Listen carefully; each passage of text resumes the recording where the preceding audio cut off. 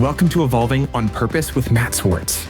This podcast is where real leaders share the inner work behind their breakthroughs and where you'll find the tools and stories to work through whatever is holding you back from who you're meant to be so you can make the impact you're here to make and help change the world. Hey everybody, welcome to this week's episode of the Evolving on Purpose podcast. I'm your host, Matt Swartz, and I am pleased to have this week's guest, Ryan Abriel, on. Ryan, I'm going to introduce Ryan to you guys, and we're going to get into our discussion. Ryan Abriel is a brand and content marketing leader in the global sportswear industry, a high school basketball coach, a photographer, husband, father of two, and author of Still Here, 365 Reasons to Keep Going. For the past 13 years, Ryan has navigated anxiety, depression, and panic attacks while continuing to lead, create, coach, and show up for the people around him. Through his writing, storytelling, and mentorship, he hopes to help normalize conversations around mental health, resilience, and the invisible battles people carry every day. His work is grounded in the belief that authenticity, vulnerability, and human connection can help people feel seen, understood, and reminded that they are not alone in what they're facing. Excited to have you on, Ryan. Thanks for being here with us. Thanks for having me, Matt. I'm looking forward to the conversation today. Me too. So we are going to dive in. Let's get started here. Glad to have you. And there's so much already about your bio that resonated with me. And, for those who know me, I've had some pretty nasty panic attacks too. So I know what that is like. But we're going to jump into the questions and we'll get into some of that as we go along. So I always like to start with the origin story. Tell us a little bit about your journey to success. And then looking back, what were some of those defining moments that shaped the path that you're on today? Yeah, that's a great question. And again, really excited to be here and have this conversation with you today, Matt. My origin story, I would say it's pretty traditional. Very blessed with, two incredible parents who raised me to be who I am today. I have three siblings. Growing up, sports is a big part of my life. It was a way for me to kind of have an outlet. At the time, I probably didn't realize it, but an outlet to kind of get the shakes and the anxiety and the nerves out of my system. So heavily involved in all sports growing up, basketball up through college. And then once I stopped playing, I kind of moved into coaching. As you mentioned, I work in the global sportswear industry as well, which aligns with my passions for sport. If you can't play it, you might as well work in it. So that's kind of my mind frame for my career. Very blessed to have been, at the same company for the last 13 years in county and working in marketing and content creation, digital strategy, social media strategy, really a lot of cool opportunities and experiences that have come with that particular career. As you mentioned as well, I do photography on the side. I also do it for work, but I developed a passion for it where I want to do it as a hobby as well. So I do a lot of like sports photography and things of that nature. And then up until a couple of years ago, that was kind of my life, coaching, being a parent, having a career. But then a couple of years ago, I decided I wanted to write a book. And so 2 years later, here we are with my book first, published to Amazon, and very grateful for the journey that it's taken me on in those 2 years, but really the journey it's taken me on since I've kind of gotten public with this book, since March. It was a complete secret. I would say nobody knew but me, not my wife, nobody. It was one of those things where it started as like a diary or a journal. And as I wrote more and more, I realized there may be some people in this world who can relate to some of these topics. I'm very forthcoming about, who I am now, but for a while it was just a mask I wore, trying to show up for the people in my life that matter the most, kind of put a smile on your face. The whole fake it till you make it thing was kind of like my mentality, but it got to a point where I felt like I couldn't fake it anymore, so, my story isn't the most devastating or the most tragic. It's a normal one. I think a lot of people can relate to it, but I think what this book hopefully can serve as is the relief for people who experience some of these emotions and feelings of depression, anxiety, panic attacks, OCD, things of that nature, and can't quite put a name or label to it. And by sharing some of my experiences and some examples or some stories from my life, people can kind of have like a aha moment and almost find some sort of relief that there's somebody else going through it as well. That's given me a lot of relief in a weird way, is knowing that other people in this world go through this. So when you hear somebody else that's important to you in your life going through something similar, it's almost like, okay, this weight I'm carrying, I don't have to carry it alone. There's somebody else who can kind of help me carry this weight. So that's kind of what this book is really meant to be. And it's meant to be read at your own pace, and with daily affirmations to remind you to keep going, one page per day. And at the end of the book, it's a full year's worth. And hopefully by the end of that year, you have found progression. You have found evolution in who you are and how you think and how you feel, and more acceptance and understanding that what you're feeling, it may feel abnormal, but it's completely normal. And it's okay to be uncomfortable with the unknown, because other people go through that as well. So that's kind of a bit who I am. And again, very grateful to be here today. Yeah, love it, Ryan. So, I'm just going to pick on some of the things that I think are really cool. One of the first things is, it's interesting to me, I think, in sort of your world and the like sports world. And I say this as like very much an outsider. Like, I do not sports ball at all. So like my perceptions of that are, that it is harder to have some conversations about some of these things in that world, because, you even said, like, just being able to give a label or a name to some of those things can actually be pretty new and pretty a pretty big deal for, I think, a lot of people in that world that you come from. Is that fair? Yeah, I think, and this is not my opinion, but, I've heard and I've seen people around me treat, mental health or mental illness as a weakness, as a sign of, like, you are not able to handle things that I would be able to handle if I were in your shoes. And I think that comes from a lack of awareness, a lack of understanding. And so when it comes to sports, it's all about the grittiness and the toughness and this level of like swag and coolness. So, the topic of mental health in the locker room or on the court or whatever sport you may play isn't a topic you want to bring up, because you don't want people to judge you.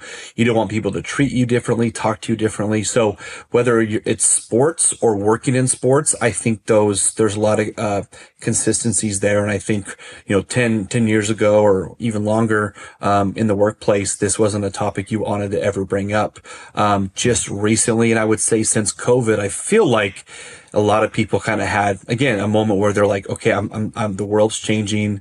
I'm changing. I'm feeling ways I've never felt before. So I think since 2020 and beyond, I've felt people around me slowly open up about some of the things they've gone through. And I'm like, okay, good. Like, it's not just me. Like, these are the same people maybe a year before COVID were the ones that were like, okay, Ryan, like, just suck it up and get over it, like, just get on the airplane and go to that work trip and be gone for a week and hang out in your hotel room by yourself and you'll be totally fine. People they just don't understand like what the big deal was, right? So, but again, fast forward to now, the topic, the world's caught up, I think in a lot of ways, but it's still a long ways from where it needs to be. And that's okay, because I want to be kind of an instrument and ambassador for that. Yeah. Part of that journey. That's awesome. Yeah. So let's talk a little bit about the journey. I mean, you were alluding to these, mental health challenges. Like, give me some of the story. Where did this start for you? Were you somebody who experienced this when you were younger? Is this something that came into your life when you were older? Yeah, it's a great question. I don't know if I was going through it as a kid, or teenager. I was so active. My cup was so full of different sports or different commitments, school, family, relationships. I didn't have time to really sit down and be like, how am I feeling? There was never that self-reflection or inventory of, how my life is going. Am I happy with it? Am I happy with myself? I just kind of was keeping up with the pace of my life. As I got older and things started to slow down a little bit more, where my life became a lot more qualitative than quantitative. So I didn't take on so much. I was more hyper-focused on very few things. So school, my girlfriend at the time, who's now my wife, my full-time job while I was working.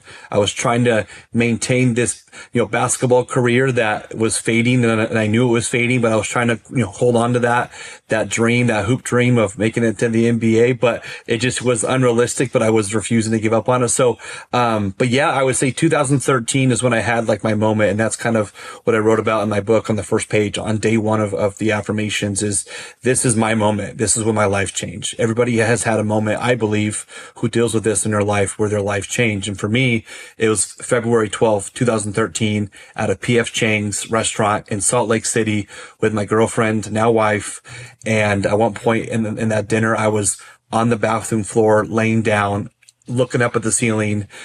My heart was racing, sweating. The room was shrinking. It felt like it was 200 degrees. I was like in a sauna. But I've never felt this before. And nothing triggered it. I was eating like crab cheese wontons with my wife. And all of a sudden I'm like, I need to go to the bathroom because something doesn't feel right. Like maybe I just need to, wash my face, get splashed some cold water in my face and wake up or something. But, that panic attack didn't end there. I went back to the bathroom 5 minutes after I came back from it. Then we walked to a basketball game. We went to watch the Utah Jazz play the Oklahoma City Thunder, which was right down the street from the restaurant. I could barely walk there. My girlfriend, my wife, was propping me up, my arm around her shoulder. We get to our seats, very expensive seats that I bought with the little money I had. We get down for 10 minutes, Matt, and I'm like, I got to go home. And what's crazy is even to this day, when I have these moments, there's no questioning, like, why? Like, what do you mean? Like, why do we have to, like, it's like okay, sounds good. We got to roll with the punches. So that's when I really knew, like, I had someone special in my corner. So yeah, walking back to the car and we drove home, and I woke up the next day thinking like that was weird. But then I had a lot more of those moments after that. And then that's when kind of this avalanche started. And that's when my life has changed forever. It has not been the same. In a lot of ways, I missed the life before. I missed the life on February 11th, the day before and before. But sometimes I have to also remind myself, if it wasn't for this journey and this marathon I'm on, I probably wouldn't be in this seat today talking to you.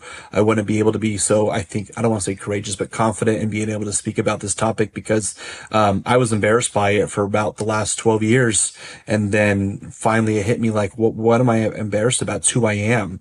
If I can't accept myself, then, what do I have to live for? And not in a morbid way, but I just felt like I need to use this experience for other people. Even if just one person who can relate to this topic and be like, I've been on the bathroom floor before. I've almost wanted to pass out before. I've left an event early before. Like, I just need one person to be like, yes, this happened to me. And it just, that's the validation I think I'm looking for. And I have found that in the last 2 months with people. Yeah, that's so. I love this because you're like a little. I don't mean this in a condescending way at all, but like a little fresh baby in the like getting out here and talking about this kind of thing. So yeah, I love that. Like, and you're absolutely right. Like, I remember my February 12th experience. Right. Okay. Bathtub in New York. Before work on a Monday. Right. Like, holy like my body is. I don't know what's happening. Right. Like, and it's. I was a graduate student with my master's in social work, trained as a therapist, right? And I still didn't know what was happening, right? Like it took me weeks to put together that I'd been, like having panic attacks, right? Yeah. And it's just, because you don't have a reference point, for what's going on, right? So, I mean, I appreciate what you're saying about like so many people have that, like that inflection point. There's like the life before, and then there's the life after this kind of anxiety, panic, right? That it's just like, I mean, obviously we would love to go back, but totally. Yeah. So, and I want to ask you more about, sort of the turning point recently that's, the 12 years versus the 1 year. But, so, I mean, do you feel like that moment was some sort of like straw that broke the camel's back, one more grain of rice on the scale thing? Like, had there been stuff that was adding up in your life to that point? Or do you, in reflection, do you really feel like you have no idea what, kind of triggered that or pushed you over the edge? Matt, if I had the answer to that, I think I probably wouldn't be here today. I mean, I have no idea what triggered it. And there are a lot of days, especially the bad ones, where I want to know, what the hell happened? Like what was it that pushed me over the edge? I mean, I was as busy as anybody else was at that age. I think I was 24 at the time, like yourself, was going to school and all this, like a normal life, normal responsibilities, normal goals, nothing to me that what I at the time thought any human couldn't handle. Like this was just like part of life. So no, I didn't have any sort of like, this was a buildup. It just happened, and I was in denial. And there are some days I still am that this is happening to me. The hardest part of this whole journey was the very beginning, where my doctor, my primary care doctor, who sat down with me, I did every test you can think of, Matt. I did, cardiology tests. I got a colonoscopy. I got, endoscopy. I mean, I had every tube and everything in me examined, just because I'm like, there's no way there's not something wrong with me, physically. Right. And when they sat down with me after weeks of these tests and ER visits and x-rays, they're like, this is in your head. Like, I remember them saying that, like, I think this is in your head. Like, you got to talk to somebody like a psychiatrist, or a therapist. And I'm like, what are those? Like, I mean, that was the furthest thought from my mind. I was expecting, all right, you got stage 4 cancer. I mean, I was expecting and at peace with that lesion in your brain that's, whatever, right? Yeah. I'm a solutionist. Like, I like to know the why behind everything. It's just who I've always been, who I am as a professional, as a parent, as a dad, as a coach. Like, what's the why? Because if you understand the why, the process becomes more enjoyable and more clear. I believe that in general. So the fact that I didn't have a why even made this situation worse for me. I spiraled even more because I'm like, there's no way I need to talk to somebody. Like, because again, my perception was, it was a sign of weakness. I was losing my mind. I was going crazy. I wasn't normal. Like, there was something wrong with me. I was damaged goods.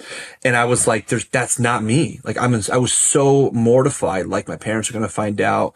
My friends are going to find out. My girlfriend's going to leave me because she's with somebody that has a lot of problems that can't be cured by a doctor, at least, like a primary care doctor. I was just so, like, the worst things were coming to my mind. So that moment when he said, like, it's in your head, it really hurt.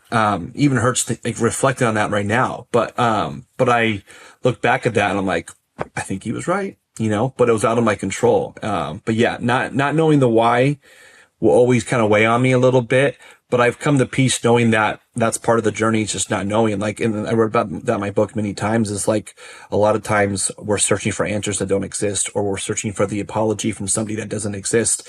Like, if you wait forever, you're always you will wait forever. Like, you can't depend on those things. And I will, part of the style of this podcast is, for those that are comfortable, is me jumping a little bit. I'm not here to, solve everything, but I think for a lot of people, the reality is it's an aggregate. Mm-hmm.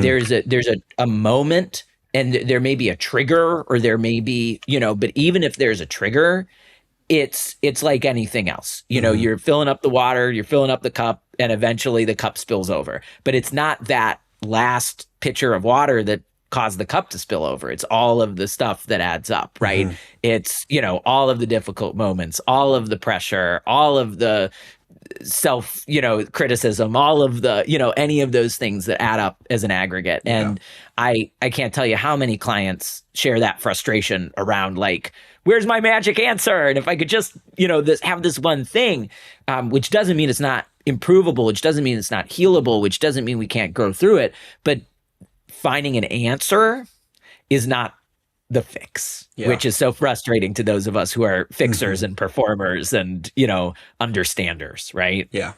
No, I totally agree. And I think when I wrote my book, that came to my mind a lot. It's like, look, maybe I don't have the answers to a lot of the feelings and emotions I've had. And maybe the people who might read this have the same thing, but at least they know that it's normal to not understand why your life changed, or why it was flipped upside down and may never return back to what it used to be.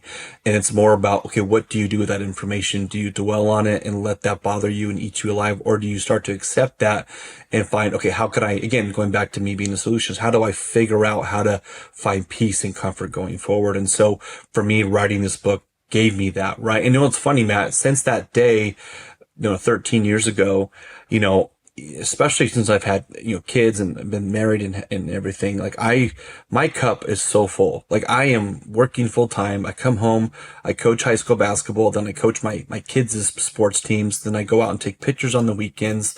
And then I work in the yard, keep the house clean. I support my wife. Like, I am a very busy person, but for me, that's my way of coping with some of my feelings of anxiety and depression and panic, is keeping my cup almost excessively full. Because for me, it's like, I don't know the terminology for it other than it's a distraction. It keeps my mind focused on things that I'm doing right now instead of being so dreadful. I think a lot of my anxiety comes from dread of like what's to come.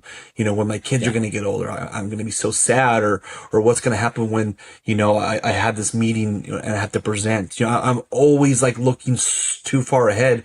So I'm trying to do things with my life that occupy me so much so now that I have to be present in order to really enjoy the experience. But most people will be like, that's ludicrous. Like you can't overwhelm yourself. But for me, like that's been my answer. Now, is this sustainable? I don't know. It's worked for me like the last 6 or 7 years of my journey. But yeah, the more I can distract my mind, the more I think I'm able to enjoy the moment, enjoy life, where I'm standing, not where I'm going to be standing. Makes perfect sense. The reality is, and this is not like there's no sort of ranking system here, but people are at different stages of that journey, right? And, I think a lot of people, number one, go through the stage of, I don't know, I've got to figure it out, and get caught there for a long time, right? And so I agree that if your work can help, kind of scooch people through the like, I don't know, and, I've got to figure this out, to the like, meanwhile, like you can be doing stuff, right? Like you can be, there's the figuring out track and there's the living your life track. And it doesn't have to be, I'll figure it out and then I can get back to my life, right? It's maybe this is something that has to run in the background little by little as I, explore things and find answers and connect with other people, honestly, Ryan, because that's, for so many people, I think you start putting the puzzle pieces together, the more stories you hear, the more people you connect with. And so I think for your readers, for your audience, being able to identify with that, I don't know, and I'm trying to figure it out, or, what you're talking about, the stage you're in right now of just like, I'm going to keep busy, I'm going to distract, which, any of these, one of the big hallmarks of my work is that the things that get successful people from A to B keep them from getting from B to C. And so these things aren't right or wrong. They're not good or bad. They serve a particular function. And then you reach a stage and it no longer serves that function. It's hermit crab stuff, right? I outgrew my shell. I need a new shell, but it doesn't mean that shell was wrong or bad. And we're not evaluating bigger is better than small. Like it doesn't work like that, because you can't get to big without small, right? But people move through these stages, and the point you're at, I think, in your journey of coming out of the cave and being vulnerable and sharing this book and beginning this dialogue in this way is, I think, a major shift, I'm sure. And I'm curious, the next inevitable question is, so what got you in the past year from the 12 years of, I'm going to handle all of this by myself and I'm not going to share it, to, what were the different things, or whether it's one inflection point or different things that added up for you to go, okay, like this is a diary, but now it's a book. How did that work? Yeah, that's a great question. I think it was the turning point for me was, I felt like my mental health journey was very private to me and to my wife. Very few people knew about it. Very few people. I don't think anybody outside of my family truly knew about it. And that was intentional. I didn't want people I saw at work or throughout my hobbies to know that about me. It was a secret. It was something that I was, ashamed of. I hate saying that now, but it's the truth. Like, but a turning point for me was when I started to realize that my mental health, battles were starting to affect, my relationships with people, not just, in my family, but outside of my family. It was starting to affect what I think is the perception of me. And I think it was starting to affect how I showed up in moments where I needed to be at my absolute best. But in those moments when I wanted to be my best, I couldn't, because of what I was going through, this silent battle on the outside that was screaming on the inside. But I couldn't quite tell people, like, well, this is why you're getting a C- version of me today. It's because of these things. I can't tell them that because I didn't want to tell them that. I could have, but I didn't want to, like, cause I just knew, like, that would open up to, what do you mean? Like, I had no idea, like, and all these questions. I didn't want to be interrogated, because I don't feel like I owe anybody any explanation. And I still feel that way, but it's so, I started to think, like, okay, how do I give people around me, more of an introduction of who I am before I even step into the room. So that way, like, all the cats are out of the bag, the secrets are on the table. I'm a very transparent person, almost too much, and so, like, being true to myself, like, how do I just share my truth and share my story? So that way, when I go into a room with people, and maybe I want to do what's called the Irish goodbye, where I just disappear out of nowhere and people are like, where's Ryan? They can almost be like, Ryan's gone, and that's okay. Like, almost accept me more, versus I have to come up with these like white lies and these excuses like, oh, I don't feel good, or, oh, they got this coming up and my kid has a school play. I don't know. Like, I just find myself having to make up these stories. I'm like, what am I doing? I'm just not being true to myself. I'm having to be this character that I'm not. And I think that became exhausting to almost, again, talking about wearing masks, I had to pretend I was somebody that on the outside that I did not feel like who I was on the inside. Ethically and morally, I do feel like I'm very consistent, but it's one of those things where it's like, I was just getting exhausted from having to, keep up with these, different narratives about me. And it's like, well, at the end of the day, like, I have to be accepting of who I am. I don't have to be happy or love who I am, although that's best case scenario, but I have to accept the reality of where I'm at in my life, and people around me don't have to accept it, but at least they can be aware. At the very least, I felt like I owed them that, because again, these are people I saw daily, weekly, that really expected a lot from me and needed to know if they weren't getting my best, there was a reason for it. And I felt like I needed to just kind of get that out there. Now, if that's the right motive, I don't know. But since I've released this book, it's been incredible to see the reception of people around me that have been super supportive. No one's treated me differently. If anything, they just ask questions about it when I see them in person. But what I've been most proud of about this, Matt, is that that people in my life who I've known for years, since I had a friend who I've known since I was 4, so 30 plus years I've known him, and he's come out and been like, hey man, like, I'm going through this too. And it's a guy I never thought ever what I would be like, there's no way you're going through this. And maybe he can say the same about me. Like, there's no way Ryan goes through this. But like, the fact that people have now been like, I can actually talk about this now, because somebody in my life who I thought was invincible, which would be me in this case, like, they saw me do it, so now they can too. So it's opened doors for people, I think, which is, that was awesome. Like, that was the goal, is like, give people a chance to like, be themselves and be vulnerable. And now I feel a sense of, responsibility to make sure I'm there for those people the same way that people have been there for me without even knowing they've been there for me. But now I'm checking in with them, pretty frequently. I'll be texting them or call them, like, cause now their journey is a part of mine and vice versa. So that's been the coolest part of this book, is just seeing all the many people that have come forward that, again, never would have guessed that they were going through it. And, now that I know, I don't think any different of them. And I hope they feel the same about me. If anything, it's brought us closer together. And that's kind of the point. Like, this stuff should unite people and not, divide people. And if it does, bring people apart or to you or separate people from you, then maybe those aren't the people that were meant to be in your life. But as of right now, I haven't lost any friends or family over this book.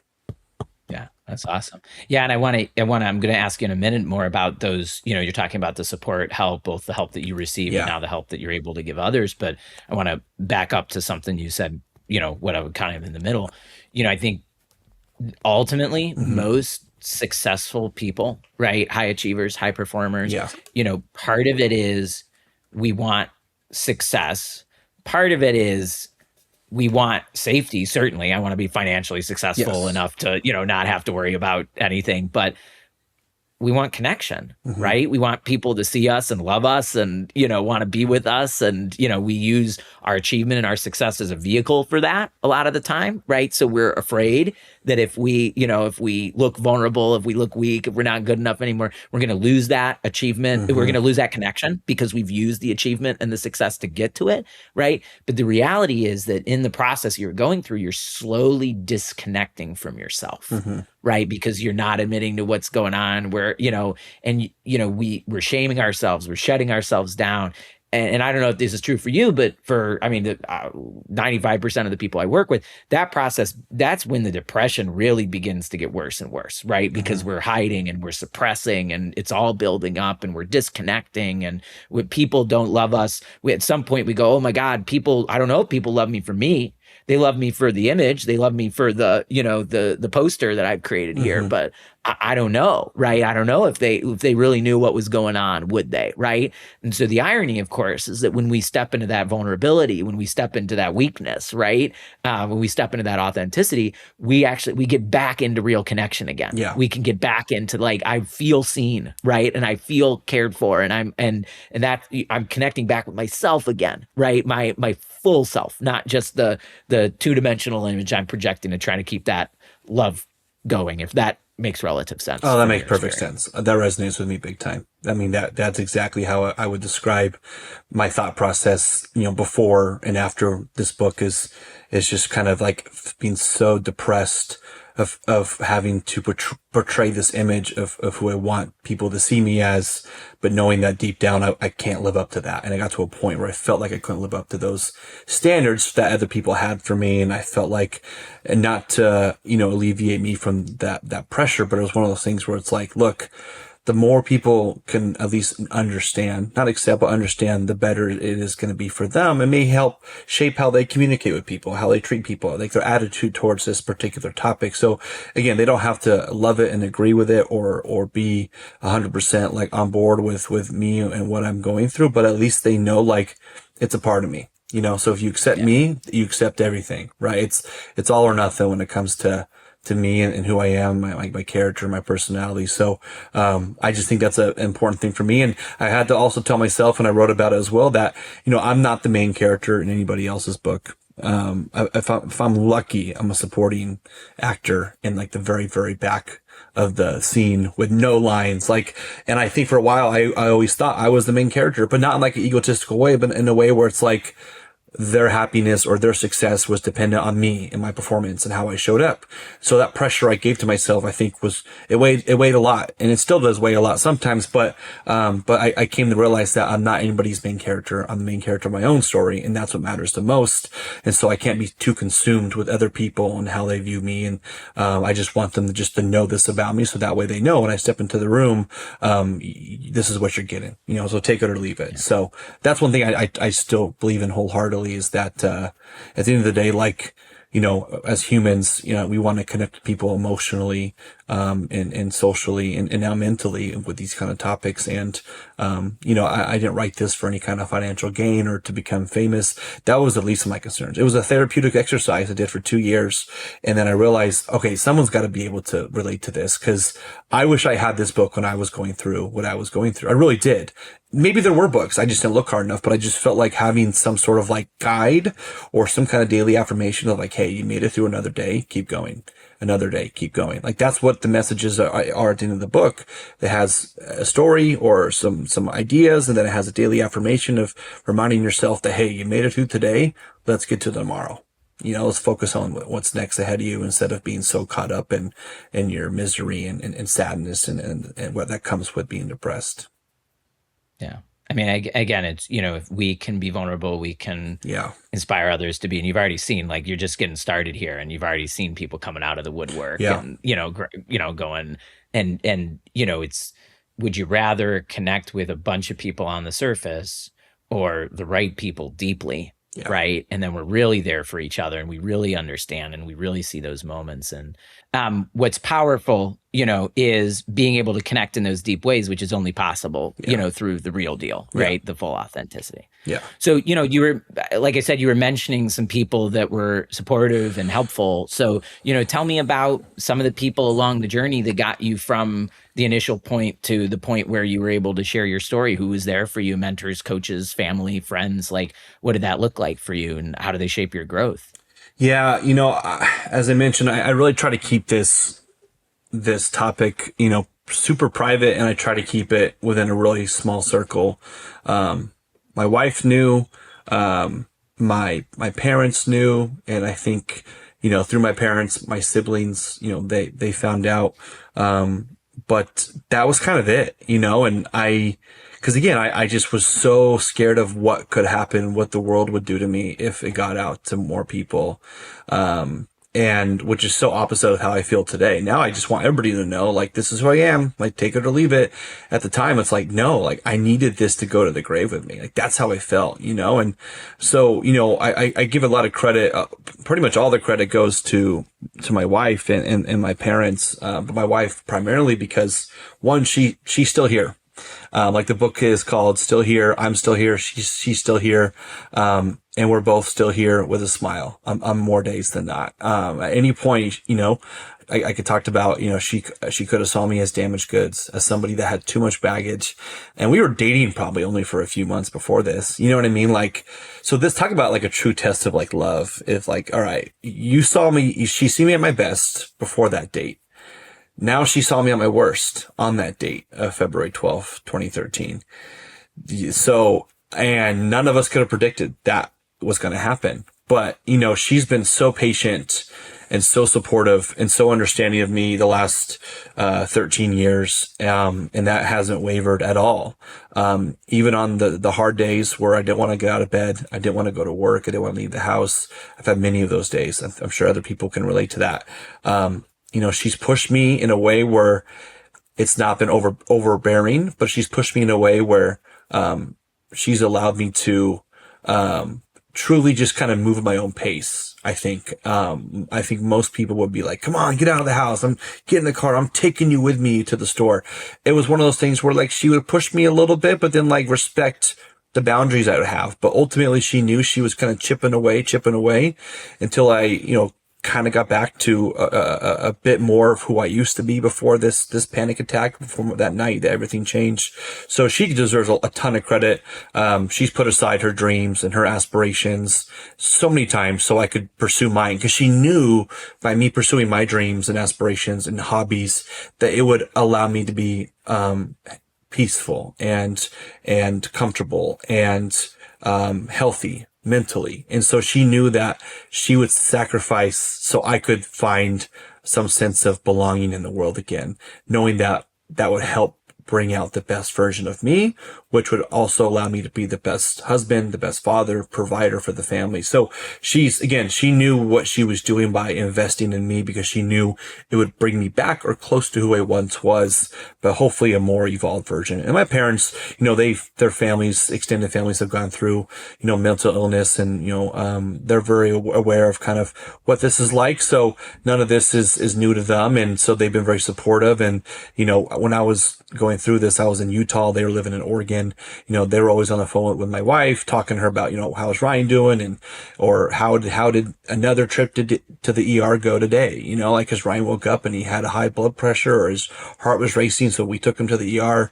Like, they had to deal with that, and they had to be like, and they obviously were the ones that provided my medical insurance. So they were the ones helping me cover the bills in a lot of ways. So it's like a lot of people, around me, I wish I could have opened it up to, and they didn't do anything to make me feel like I couldn't. I just felt like I told myself, you got to keep your circle tight. And so, to this day, I would not be here. I would not still be here if it wasn't for my wife. There's been days where I've wondered, like, I've never thought about like, giving up on myself, but there's been days where I'm like, you know what? How long can I keep living like this, where I'm just waking up not happy, miserable, depressed, in my own feelings, dreadful? Like, how long can someone live this way? And that's always been my question. And I still ask that question, but not in a way where it's like, what am I going to do about it? If I do ask that question, it's more of like, okay, what am I going to do about it in a positive way to get me out of this hole I'm in right now? Yeah. Well, I'm really glad your wife was there for you. And, that relationship obviously sounds so special and so incredible. And, I again, my work, it's very clear that, again, like, background as a therapist, right? Like, therapy is all well and good, but at the end of the day, we need those real, genuine, deep relationships. We need whoever it is, right? It can be partner, can be family, can be friends, community, right? Yeah. Like, real community come alongside us. Healing is not, we live in this very individualistic culture, right? We see this in our sports, and we see this in our, in our healing and all of this. Even the idea, in American culture, one-on-one therapy is the gold standard for maybe what healing looks like. But the reality is that what we really know when we really look at the data is that it's community that we really need. And so I think, Ryan, you're in this really important stage, honestly, right now, where you've kind of come out and you've opened yourself up into the potential for healing in a different way because you're bringing your community alongside you instead of, just this sort of more isolated experience. So I'm hopeful that that alone is going to be really powerful for you, and also the people that hear about your story and that, are reaching out to you for support now. Yeah, no, I appreciate that. I will also say, I think your camera's frozen on my end. I don't know if it's frozen on your end. Oh no. I know. No. Technology is just Technology, man. on fire today. Yeah, sorry. No, you're good. We'll keep going because I think it's telling me on my end it's still recording. Cool. So Okay, cool. We should be good. Perfect. Yeah. So, we do have to kind of wind down. So I'll ask you kind of one final question, right? So, I think what's most important right now, you're launching this book, you're coming out, you're having these conversations. If this work, right, which right now is your book and coming out into this, and it certainly can be other areas of your life, if it could succeed beyond what you've imagined, what do you hope to change in the world because you were here? Whew, that's a great question. I think I can tie that back to the last page of my book, which is day 366, right? I took into account leap year, right? But this page is blank. It's on purpose because I invited readers to write their own page at the very end, whether it was a message to themselves or a message to somebody else in their life, along with a daily affirmation at the end of that message. And with the intent to pass along that book to somebody else. And I do that because, this journey is so much easier when you're not alone. As I mentioned, my wife, my parents, it is so much easier when you're not alone. 'Cause this weight becomes very heavy to carry. Some days it's heavier than others. Lately it's been on the lighter side for me, which has been great. Knock on wood, I can keep it that way. But if it's not, it is what it is. But no, that blank page to be filled out by the reader, if I can make a difference with my work or with my message or with my book, it's that people in my situation who are going through mental health, illness and challenges and battles know that there's always somebody there for them, or somebody that, is there to have their back, unconditionally. And there's always somebody who's very, how do I describe this? Very aware and very, insightful, and somebody who notices things that other people wouldn't notice, that has really good, feel.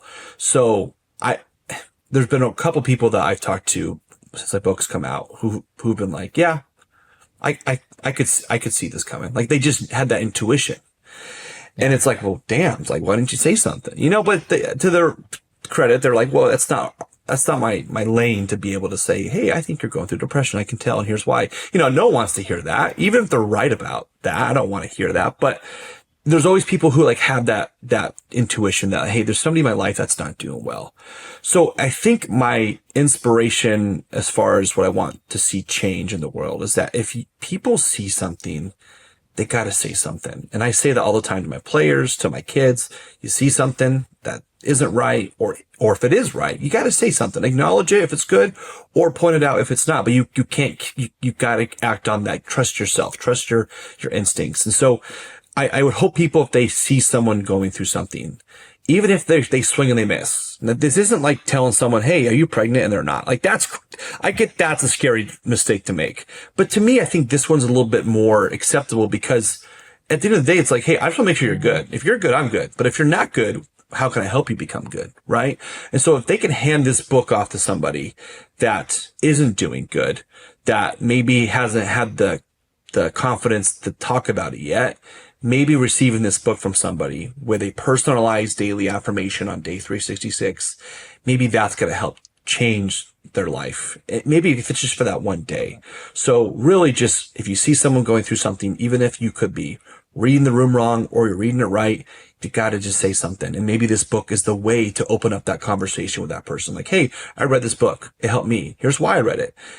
I don't know if it would help you, but I want to pass it along to you. I feel like you're going through some challenges. I see it at work. I see it at whatever it may be. Maybe this could help you. If not, no worries. Give it right back or pass it to somebody else. So I think this book is just a way to start that conversation of like, how are you doing? When it's kind of hard to break the ice, this is the icebreaker. That's kind of what I want people to do, is use this as an icebreaker to be there for somebody. Because again, if people are very observing. If you observe something, I really hope people can act on that intuition and check on people, because if you don't, there's nothing worse than being like, I can't believe that person's not with us anymore. I can't believe that person's at rock bottom. Like, what could I have done, to help them? So hopefully this allows people to catch people early on in their respective battles. But yeah. Yeah.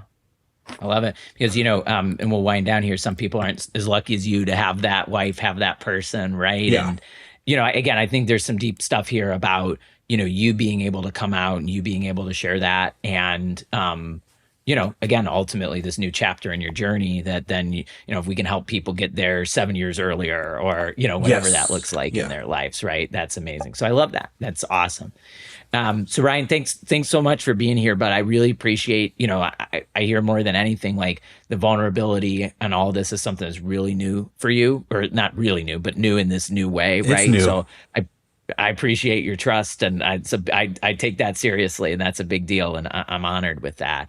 And I hope this will, the whole point of this podcast is I'm trying to inspire other leaders into being able to dig into some of these things and be vulnerable, because we're all going through this stuff together. So thanks everybody for being with us. If this episode resonated with you and you're doing this kind of inner work in your own life, make sure that you're subscribed on YouTube, Spotify, Apple, or wherever you're listening so you don't miss what's coming next. If you know someone else who's on this path, share this episode with them. This work isn't meant to be done alone. And that's why we're building this community together. So let's keep the conversation going. You can also follow along on Instagram for more reflections, tools, and conversations between episodes, and let us know what you want to explore next. At the end of the day, this is more than just a podcast. This is a movement. It's about a group of people choosing to grow, to heal, to step into the lives that they're meant to live, so that we can make the impact that we're here to make, the kind of impact the world actually needs. Thanks for being here. And as always, let's keep evolving on purpose together.